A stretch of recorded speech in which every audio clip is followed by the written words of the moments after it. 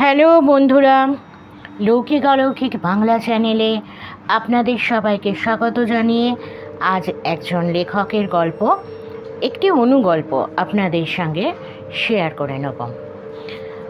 যারা এন্টারটেনমেন্টের জন্য এই গল্পগুলো শুনতে ভালোবাসেন তাদের কাছে অনুরোধ করব, যারা এই ধরনের গল্প আপনাদের বন্ধুবান্ধব বা আত্মীয় স্বজন যারা শুনতে ভালোবাসেন, প্লিজ একটু শেয়ার করে দেবেন।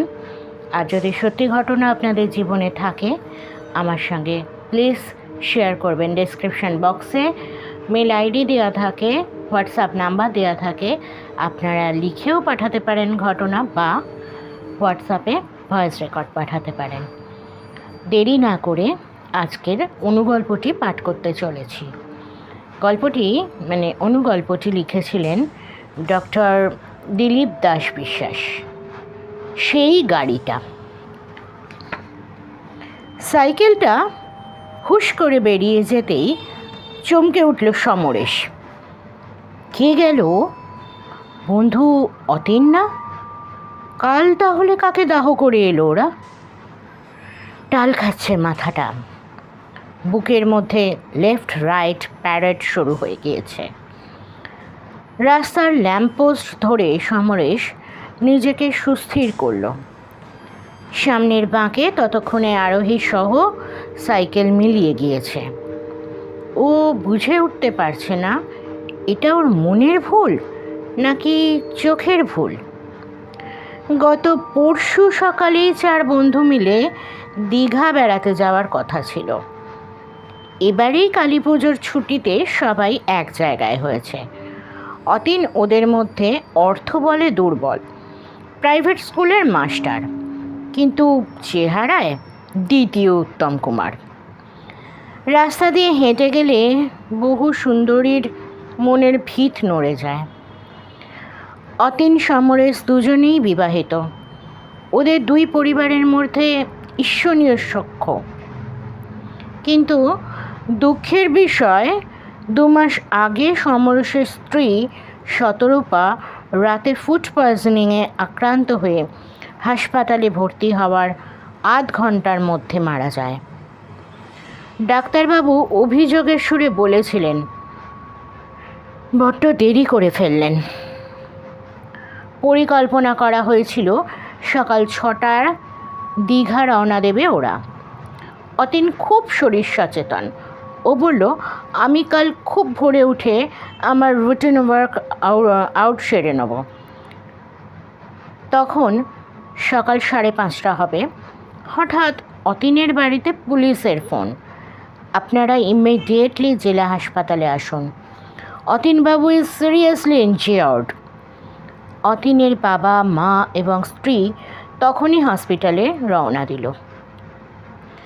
পথে যেতে যেতেই ওরা সমরেশকে দুঃসংবাদটা জানিয়ে দিল। ওকেও হসপিটালে চলে আসতে অনুরোধ করল। সমরেশ ওদের বড় ভরসা। ও কেবল অতীনের ঘনিষ্ঠতম বন্ধুই নয়, ব্যাংক ম্যানেজার হওয়ার সুবাদে নানা মহলে সমরেশের ভালোই জানাশোনা আছে। ওরা হসপিটালে পৌঁছতেই ডাক্তারবাবু বললেন, আমরা সব রকম চেষ্টা করছি। কিন্তু কথা অসমাপ্ত রেখে ডাক্তারবাবু মাথা নাড়িয়ে চলে গেলেন। একজন যুবকের আসন্ন পরিণতির সত্যটা বোধহয় ডাক্তারেরও বলতে কষ্ট হচ্ছিল।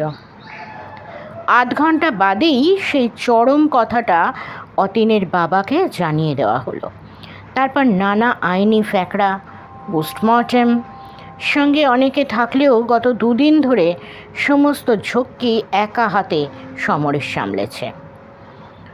পুলিশ জানায়, ভোর 4:30 নাগাদ আমরা অ্যাক্সিডেন্টের খবরটা পাই। গিয়ে দেখি উনি ডিপলি আনকনশিয়াস। পরনে সাদা ট্র্যাকস্যুট, রক্তে ভিজে গেছে। বুঝলাম মর্নিং ওয়াক করতে বেরিয়েছিলেন। ভোরের কুয়াশা মাখা অন্ধকারে কোনো হাই স্পিডের গাড়ি ধাক্কা মেরে চলে গেছে। সমরেশ উদ্বিগ্ন স্বরে জিজ্ঞেস করলো, গাড়িটাকে ট্রেস করা গেছে? নো। পাশেই পার্কের বেঞ্চে রাত কাটানো এক বয়স্ক ভিখারি জাতীয় লোক আমাদের জানায় ওই বাবু রোজই ভোরে ব্যায়াম করতে আসে, কিন্তু আজ এসেছিল অনেক আগে। তখন আর কেউ আসেনি। পার্কে কিছুক্ষণ লাফালাফি করে রাস্তার এদিক থেকে ওদিকে দৌড়চ্ছিলেন। হঠাৎ রাস্তায় বিকট একটা শব্দ হলো। তাকিয়ে দেখি ওই বাবু রাস্তায় পড়ে কাতরাচ্ছে। একটা গাড়ি সাঁ করে চলে গেল। আমি শুধু গাড়ির পেছনের লাল লাইট দুটো দেখতে পেয়েছিলাম, ব্যাস, আর কোনো ইনফরমেশন পাইনি আমরা। স্ত্রী শতরূপা মারা যাওয়ার পরের দিন সন্ধ্যায় সমরেশ শতরূপাকে ছাদে দেখেছিল এক ঝলক, আর অতীন চলে যাওয়ার পরের দিন দেখল অতীনকে। এগুলোই কি হ্যালুসিনেশন? কোনো ভয় থেকে উৎপত্তি? দিন 15 বাদে মৃত অতীনের স্ত্রী চৈতালি এলো সমরেশের সঙ্গে দেখা করতে। ওর ঘরটা ঘুরে ঘুরে দেখছিল। শতরূপার ফটোর নিচে লেখা, কাম এবং কামনা কখনোই উপভোগে নিবৃত্ত হয় না। লেখাটা পড়ে চৈতালি বলল, সমরেশা, একদম সত্যি এটা। আমার আর কোনো শোক দুঃখ নেই। আগে নিজেকে সন্দেহবাতিগ্রস্ত ভাবতাম। আজ তোমার গাড়িটা সামনেটা দেখলাম, বেশ ইনজিওর্ড। মনে পড়ল শতরূপাও ফুড পয়জনিং মারা গেছে। আজ বুঝলাম আমি সন্দেহবাতিগ্রস্ত নই। চৈতালির শেষ কথাটা সমরেশের বুকে বোমা ফাটার মতন ফাটল। হ্যাঁ, অনুগল্প এখানেই শেষ। বোঝা গেল একটি পরকীয়া সম্পর্কে গল্প। আপনাদের কেমন লাগলো কমেন্ট বক্সে অবশ্যই জানাবেন। আর বাকি যে অনুরোধগুলো প্রতিবারের মতো আপনাদের কাছে রাখি, আমি জানি আপনারা আমার সঙ্গে আছেন, কারণ আপনারাই আমার এক্সটেন্ডেড ফ্যামিলি। আমার সঙ্গে থাকলে মনের জোরটা বাড়ে, গল্প বলার, ঘটনা বলার উৎসাহ পাই। সঙ্গে থাকুন, ঘটনা লিখে পাঠান বা হোয়াটসঅ্যাপে পাঠান, ভয়েস রেকর্ড করে, তবু পাঠান এবং পরিচিতদের মধ্যে শেয়ার করুন। ভিডিওগুলো ভালো লাগলে লাইক করুন, আর হ্যাঁ, অবশ্যই আমার চ্যানেলটাকে সাবস্ক্রাইব করে সঙ্গে থাকবেন।